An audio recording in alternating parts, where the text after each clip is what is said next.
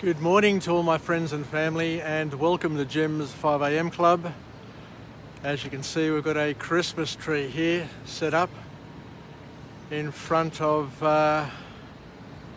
what's that German restaurant called? I'm down here at Argyle Street at the Rocks, and we'll commence our 5 a.m. club. It's pre-dawn. The sun hasn't gotten up yet, and it's all changed here. This used to be that German restaurant. Now it's called El Camino pop-up. Geez, I wonder what happened. That's sad. I've had some great times here watching soccer, World Cups with my wife Paula and friends, cousins. Geez, it's sad to think that COVID-19 has knocked things about. Wow. Can't quite get over this. What a change. What a dramatic change. Anyway, let's continue our walk and talk, and the name of that German restaurant will come back to me. So what I want to do today is once again take you through a book summary. I'm cranking hard on book summaries at the moment, and I love it, absolutely love it. And the beauty of book summaries is that somebody else has done the hard work. Somebody else has read the book.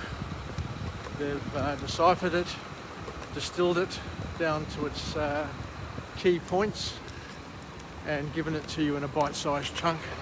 And what I've done is I've taken that bite-sized chunk and put my spin on it, put my interpretation on it, and deliver it as a vlog, which lasts for about 10 to 20 minutes. Usually on average I try to get them to under 15 minutes, but sometimes I get carried away, especially with book summaries, because there's a lot more to talk about with a book summary.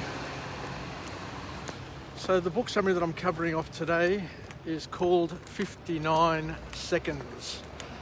59 Seconds, which is an interesting title, and it's so interesting that it's got nothing to do with a book, but there you go. I read the book and it was a lot more interesting than the title of the book, which is probably a good thing anyway, because sometimes you can't tell a book by its cover. But as I said on this occasion, this book here was much more interesting than the cover and the name of the book. So there's a lot of stuff which came out of this book, but one thing in particular caught my imagination and caught my mind. And I think what I'll do is I'll do this book in two parts. I'll do it focusing on the general points that come out of the book, and then what I'll do is I'll then refocus and just focus on one item which came out of the book. So it's a treasure trove of information, of life hacks that are useful for each and every one of us, and just practical things that you can do, and just gives us some insight into how we humans think and behave under different circumstances. So one of the initial points that comes out of the book is the concept of happiness, and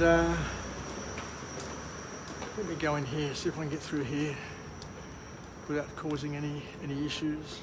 I'm up here at the cargo bar, but it's a beautiful balcony. So let me see if I don't get crash tackled by security this morning, and I'll do my vlog from this beautiful, awesome vantage point.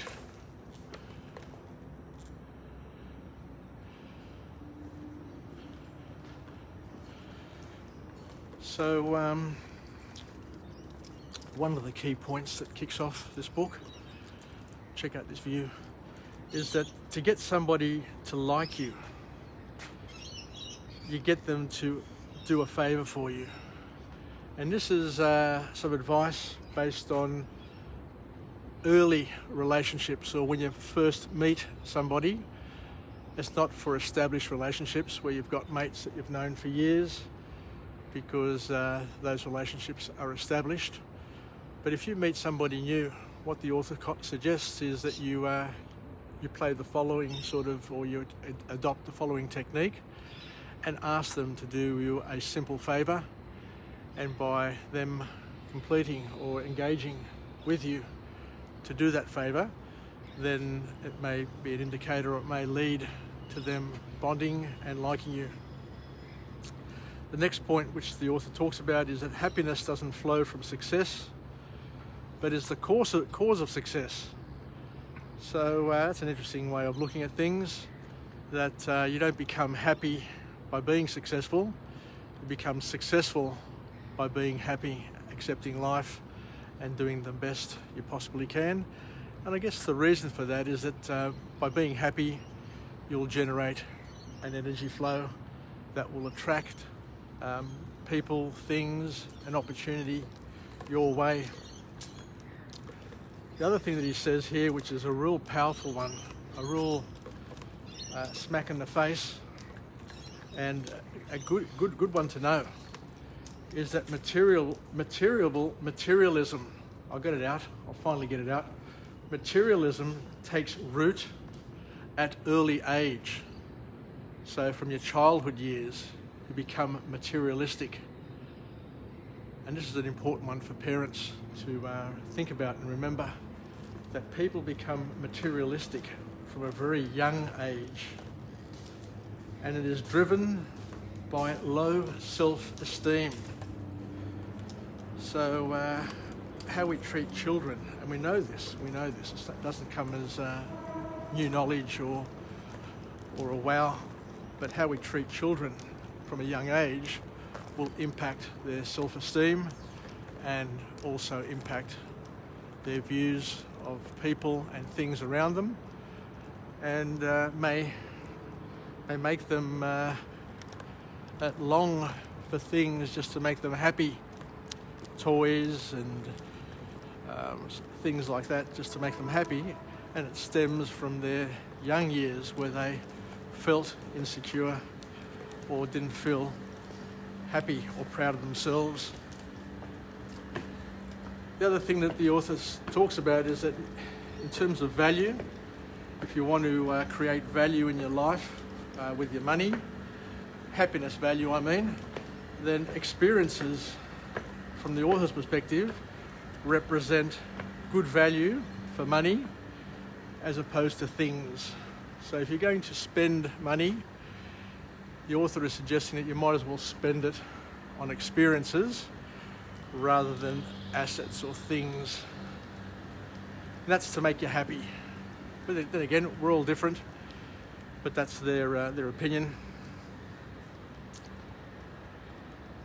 In terms of happiness, the author also touches on another interesting point, that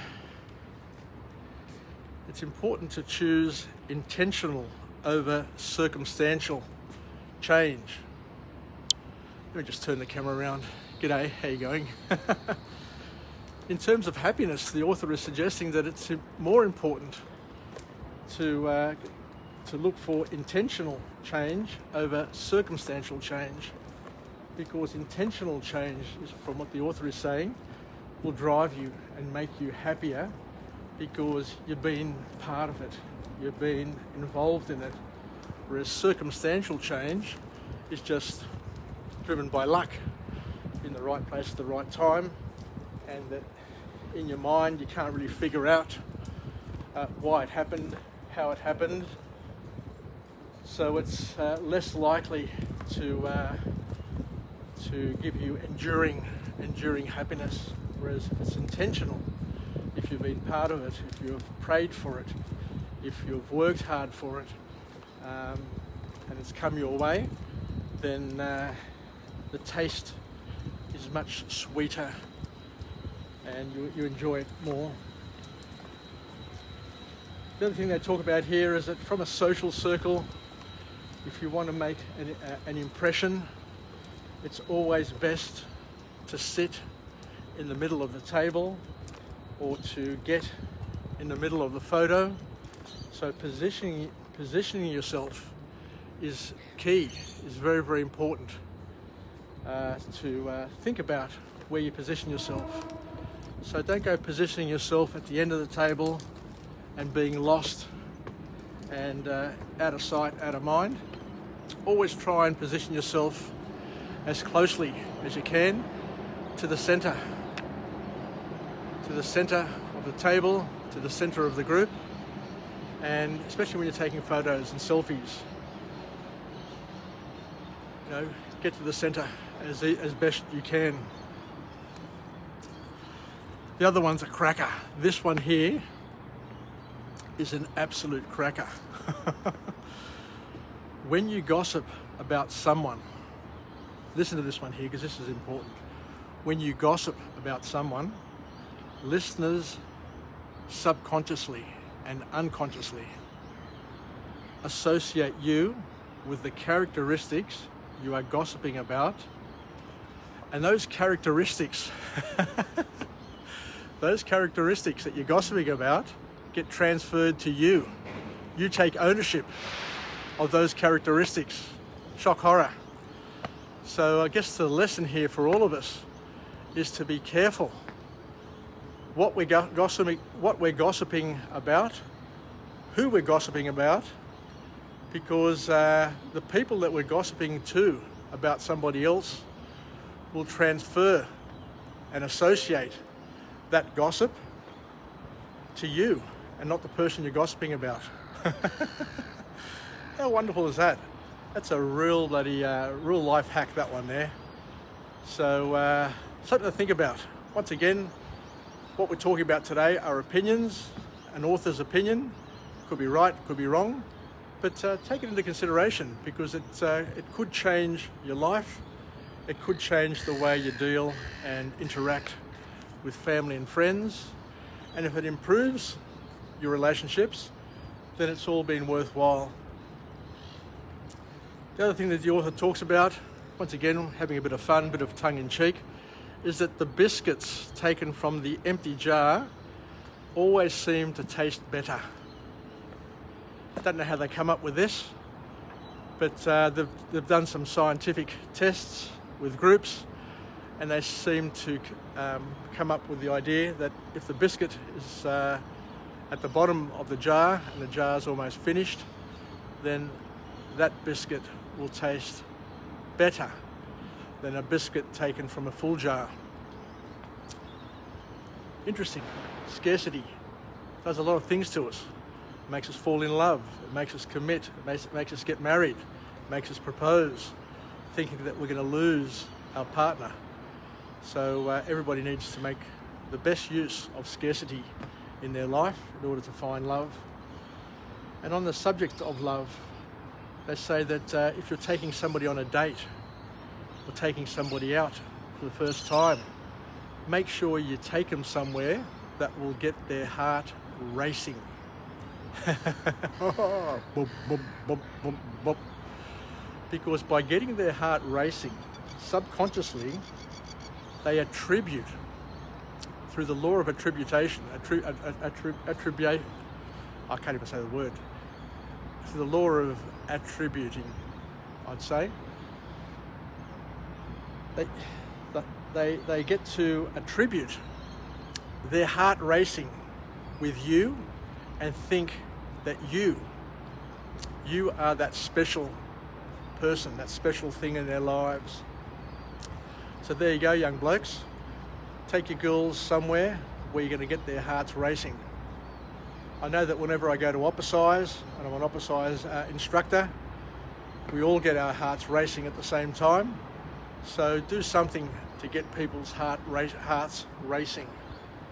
And I think the STC or the AJC, the racing industry, talk about come and get your heart racing. Maybe that's why a lot of people go to racing events. The next one is a cracker. absolute cracker, really, really powerful. And I love this one here as well. And I'm really, really happy and fortunate to have read this book, this simple bloody book, with a title which probably I wouldn't have bought given the title, 59 Seconds. But they say that when you're making simple decisions, listen up here, when you're making simple decisions, use your conscious mind. Use your conscious mind to rationalize the solution.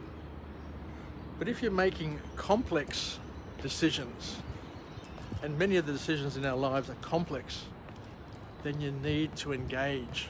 You need to engage your intuition, your subconscious mind. You need to go with gut feel more often than rational.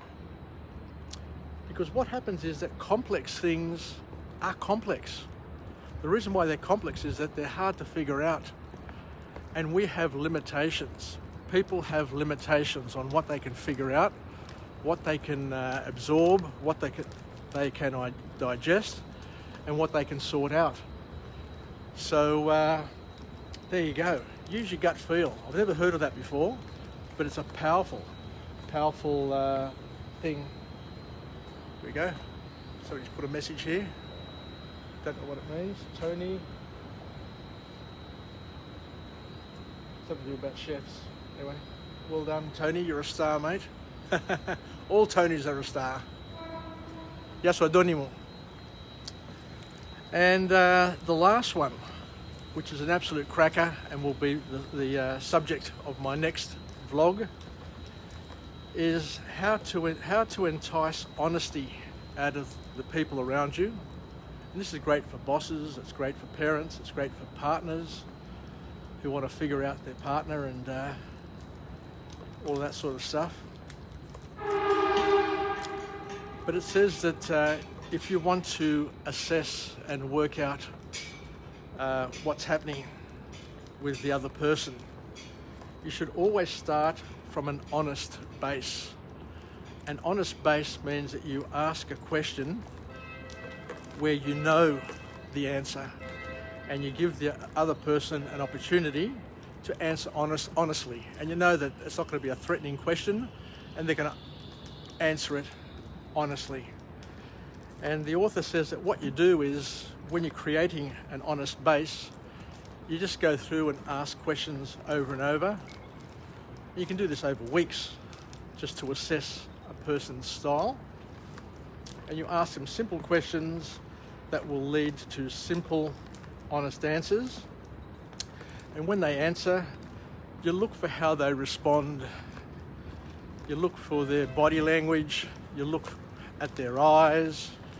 You look at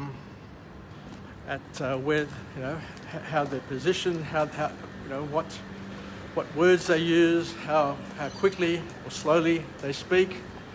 Anyway, each and every one of us have idiosyncrasies that because we're habitual in nature, and from a young age, these have been part of us. And then after you've assessed the behavioural aspects of that person, then you can ask the tricky questions where you want the honest answer. And what you do then is you compare and contrast the answer that was given earlier for the honest-based question and answer session, and you compare it to how they respond when you ask them the tricky questions. And that way you can catch people out, or at least you can find out both consciously and unconsciously through their body language whether or not they're saying the truth and they're being honest and upfront with you. But that's a beauty. That is an absolute beauty, because from a very young age, I've always loved body language and books on human behaviour, and it's something that I really, really enjoy. You've got no idea how much I enjoy those sorts of topics. So let's finish off with a positive affirmation. I'm alive, I am well, and I feel absolutely great. To my friends and family, stay connected, stay relevant, and most importantly, let's take some lessons from this wonderful book, 59 Seconds, and try and incorporate them, some of them in our lives. Ask friends or ask new people that we meet for favours. Take people to events to get their heart racing, especially I'm not talking about married people, but I'm talking about younger people who are looking to find the love of their lives.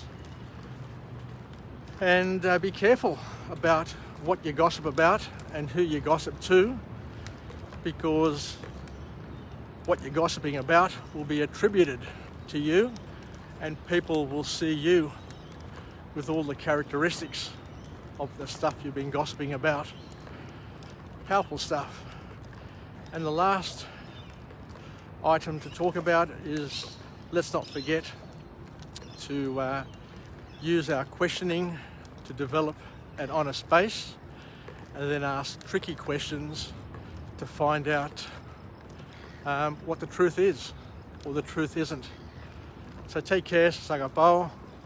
I look forward to coming to you again tomorrow from a different location with a different message from Jim's 5 a.m. club, and to go on a volta, to go on a journey, just to walk and talk, to learn, to share, and to do the best we can to get us through the morning, get us through the day, and hopefully we can all get to share and learn at the same time. Anyway, I'll finish off here. Thank you once again, and Yasas from Jim's 5 a.m. club.